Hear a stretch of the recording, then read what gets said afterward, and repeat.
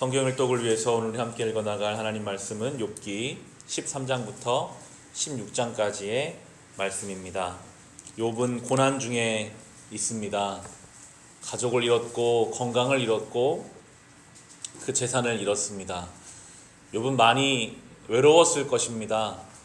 위로하러 와준 친구들은 오히려 그를 비난하고 그의 마음을 몰라주는 상황 가운데 있습니다. 욥이 이렇게 고백합니다. 13장 1절과 2절 말씀 보시면, 내가 이 모든 것을 내 눈으로 똑똑히 보고 내 귀로 다 들어서 안다. 너희가 아는 것만큼 나도 알고 있으니 내가 너희보다 못한 것이 없다. 그러나 나는 전능하신 분께 말씀드리고 싶고 하나님께 내 마음을 다 털어놓고 싶다. 친구도 그 어떠한 것도 우리의 마음을, 우리의 고통을 결국에는 해결해 줄 수는 없습니다. 하나님이 듣고 싶었던 고백은 하나님께 내 이 아픔을 다 내려놓고 싶다. 결국 우리는 주님 앞에 나아가야 참 생명을 얻을 수 있습니다. 우리의 삶의 문제를 가지고 주님께 엎드려야만 그 가운데 주시는 은혜와 지혜와 길을 경험하게 됩니다.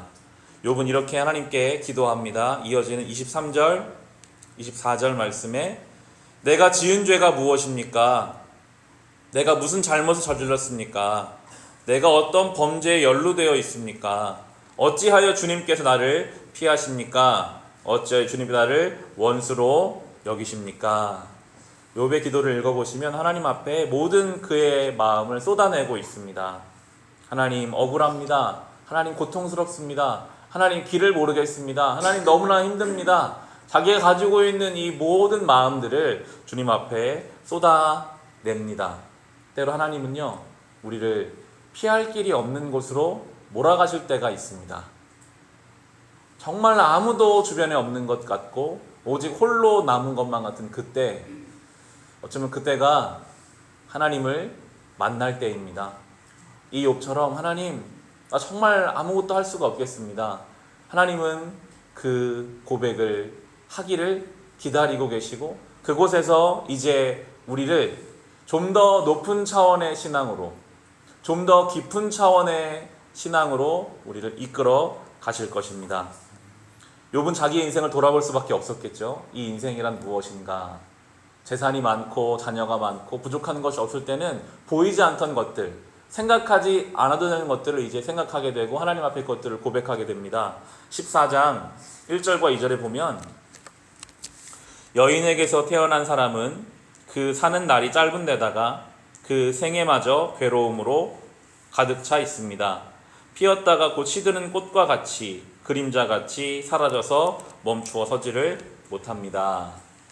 욥의 문제만이 아니라 모든 인생은 결국에는 죽게 되어 있고, 피어있는 꽃이 지는 것처럼 그 모든 화려한 것들은 다 없어지게 되어 있습니다.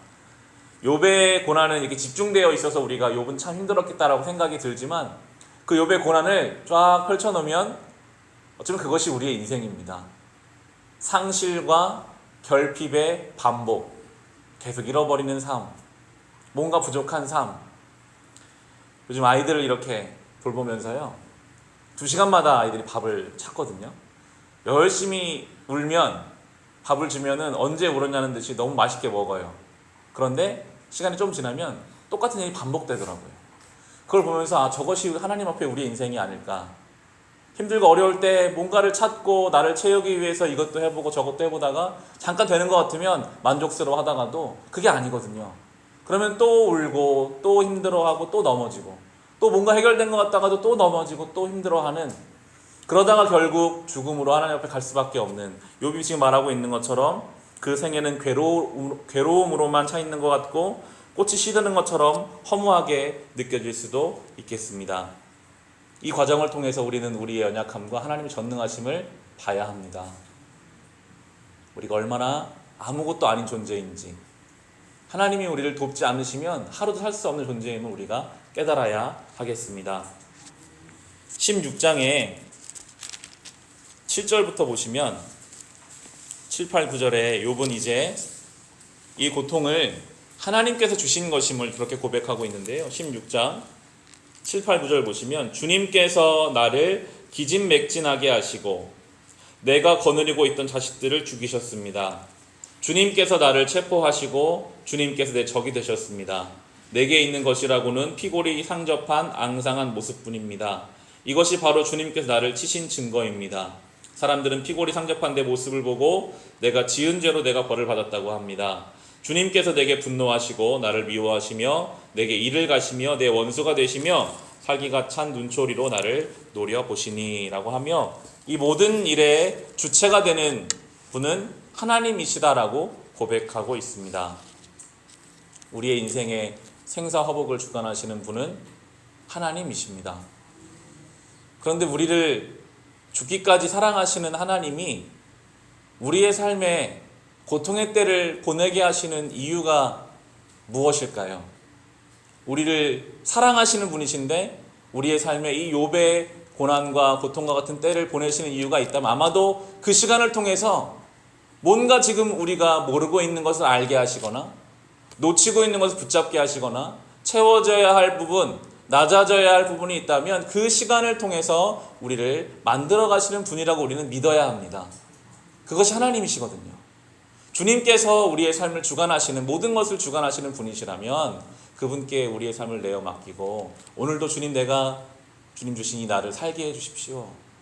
견딜 힘을 주십시오. 지혜를 주십시오. 도울 사람을 붙여주십시오. 하나님 나를 불쌍히 여겨달라고 그렇게 기도할 때 우리의 삶이 하나님의 은혜로 변화되어져 가고 그 과정을 통해 우리가 하나님 앞에 더 가까이 나아가게 되는 경험을 하게 될 것입니다. 욥기는 참 어렵습니다. 그래서 마치 우리의 인생과도 같습니다. 신앙이 있는 우리의 삶에 왜 고난이 올까? 하나님은 무슨 마음이실까? 알 수 없는 것들이 참 많은데 그 가운데 바라기는 알 수 없는 가운데도 우리 안에 믿음이 있기를 원합니다. 신실하신 하나님을 믿는 그 마음으로 주님을 붙잡고 이 하루를 그렇게 살아갈 수 있으시기를 주님의 이름으로 축원합니다.